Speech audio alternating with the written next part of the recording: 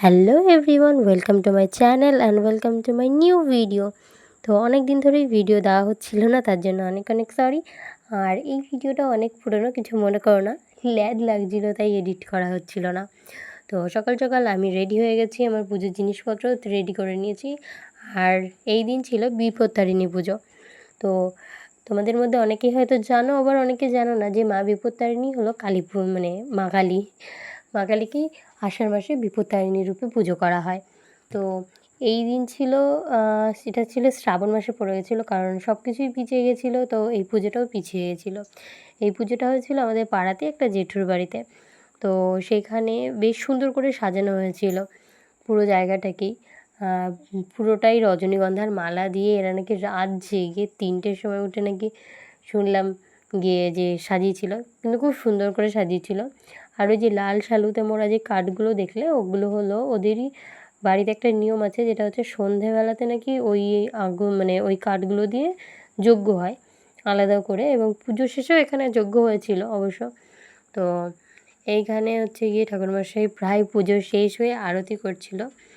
আর আমি তো সত্যি বলতে ওখানে জাস্ট বসে মানে এদিক ওদিক দেখছিলাম। মানে পুজোটাও দেখছিলাম, কিন্তু বেশিটাই এদিক ওদিক দেখা হচ্ছিল, কারণ পুজো তো আমি ঠিক করে দেখতেই পাচ্ছিলাম না, আমি তো অনেকটা পিছনে বসেছিলাম। তো যাই হোক, ওখান থেকে পুজো শেষ হওয়ার পরে সবাই যখন চলে গেছিলো, বেশ ফাঁকা ছিল। আমরা বেশি না, 3-4 জন বোধহয় ছিলাম। তো আমরা 3-4 জন মিলেই যজ্ঞ দেখছিলাম। এদিকে যখন যজ্ঞ হচ্ছিলো, তখন হচ্ছে গিয়ে মাথায় কাপড় দিয়ে বসতে বলেছিলো আমাদেরকে, তো তাই জন্যে আঁচল মাথায় দিয়ে বসেছিলাম। আর এই দিকে হচ্ছে ওই বাড়িরই যেই বৌদি আর আমি, আরও সবাই মিলে আর কি, সেই যে 108টা প্রদীপ ধরাতে হয় আরতির জন্য, সেই 108টা প্রদীপ ধরাচ্ছিলাম। তো সত্যি বলতে প্রদীপটা ধরানোর পরে যতটা ভালো লাগে, কিন্তু প্রদীপটা ধরাতে ততটাই কষ্ট হয়, কারণ প্রদীপটা যেখান থেকেই ধরো না কেন প্রচণ্ড গরম হয়ে যায়। আর এখানে দেখতেই পাচ্ছ তোমরা, যজ্ঞ প্রায় শেষ হয়ে গেছে, মানে প্রায় কি শেষই হয়ে গেছে। লাস্টে দুধ, তারপরে দই, এসব দিয়ে আগুনটাকে নেভানো হয়েছিল।